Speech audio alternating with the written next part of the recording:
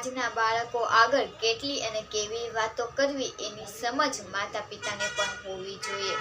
બાળકો નથી ભણતા એનું કારણ માત્ર સ્કૂલ કે શિક્ષકો જ નથી.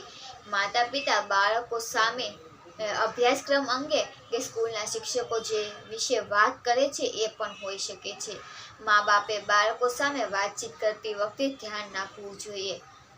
માત્ર અભ્યાસનો હેતુ પરીક્ષા કે પરિણામ નથી, એ કેટલું શીખ્યા એ છે એવું મા બાપ પોતે સમજે અને બાળકને સમજાવે તો જ બાળક અભ્યાસ અને પરીક્ષાનું મૂલ્ય સમજશે.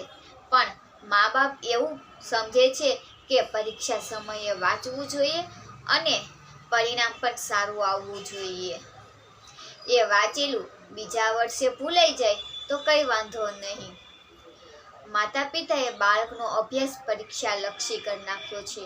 આવું ન હોવું જોઈએ. ખરેખર બાળકોને રોજે રોજ વાંચવાની ટેવ હોવી જોઈએ.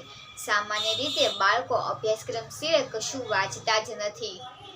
અભ્યાસ સિવાયનું સાહિત્ય, રમત કે સામાન્ય જ્ઞાન જેવા પુસ્તકોમાં તેમને રસ પડે તેવા પુસ્તકો મા બાપે ઘરમાં વંચાવવા જોઈએ.